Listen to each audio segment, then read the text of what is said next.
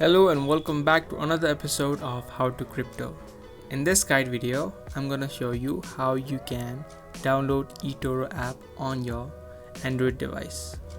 But before that, make sure that you are subscribed to our channel and also turn on the notifications to never miss videos similar to this.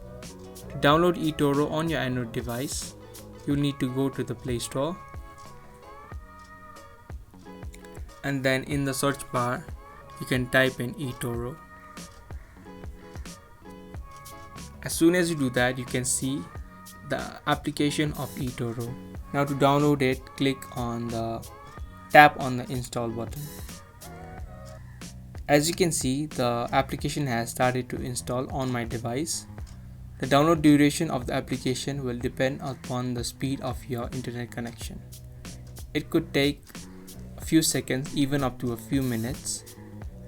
After the application has been installed in your device, an open button will appear. You'll need to click on this button.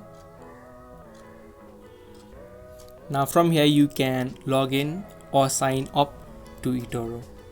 You can watch our other videos if you don't know how you can sign up to Etoro.